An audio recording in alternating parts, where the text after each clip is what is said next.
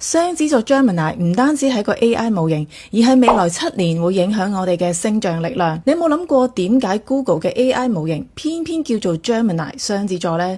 其實背後咧並唔係巧合，因為未來7年嘅大勢咧，星象一早已經寫好咗。嚟到4月，星象上面正式迎來一個新嘅震撼彈，就係天王星會由金牛座轉去雙子座。但講呢個4月重頭戲之前呢，我哋先講下4月上半個月會發生啲咩先。4月10號，火星會去白羊座，行動力大爆發。如果你想啟動新嘅計劃啦，想開始健身做運動，呢段時間呢，唔好再拖，直接去做。跟住4月15號，水星咧都入埋白羊座喎。之前水星喺雙魚座，就算順行翻呢，大家嘅思緒啊、頭腦都仲係蒙查查，溝通好容易有誤會。入咗白羊座之後呢，個腦會清醒翻噶啦。如果你有啲卡住咗好耐嘅文書工作啦，甚至想換下電子產品都好啦，咁呢段時間就可以搞掂佢啦。好啦，嚟到4月嘅重頭戲，4月26號，天王星正式進入雙子座。天王星代表咗顛覆同創新，未來7年工作、溝通、學習嘅方式將會被徹底改寫。